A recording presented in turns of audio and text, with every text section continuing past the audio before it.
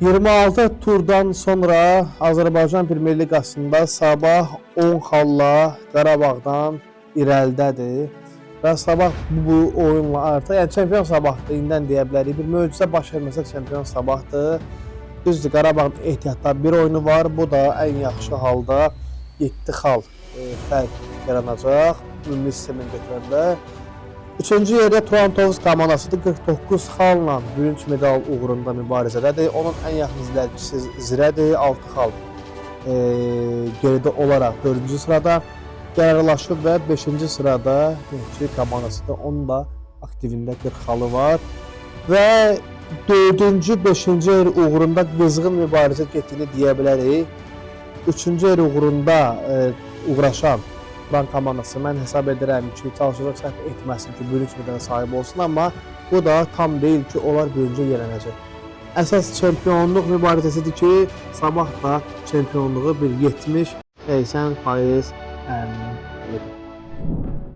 Ötən gün Zirə Şamaxı maçı baş verdi. Oyunun ikinci hissəsində Ayxan Abbasov əsəbləşdi və güclü əl zərbəsinə komanda, yəni özünə məxsus planşeti sındırdı. Bu Azərbaycan futbolunun ilk hal deyil.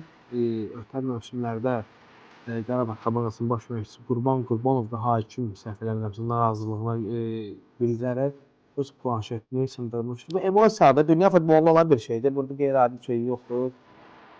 Tanınmış futbolçular belə hər görsən ki, hər uduzandan sonra oyunda böyük stadionlarda şüşəni sındırırlar, qapını sındırırlar, fotoqrafların aparatlarını sındırırlar. Mən belə bir şeydə halda cəza tərəfdarı deyiləm. Çünki öz planşetini sındırır. Amma stadiondur, avtobus və digər əşyalara, yəni başqa qurumun, başqa müəssisənin, başqa insanların əgər əşyaları qırılırsa, sındırılırsa, təbii ki, o belə deyim də ən azında futbol yarışıdır, başa düşmək olar deyə, yəni hökmən onun ödənişini vermək lazımdır. Necədən verirlər? Ayrıca bizim Premyer Liqamızda qonaq komandanın azarkeşləri getdi, yəni qonaq getdiyi stadionun oturacaqlarını sındırırsa, komanda onu, yəni klub onu ödəyir, həmin önəmləri qarşılayır.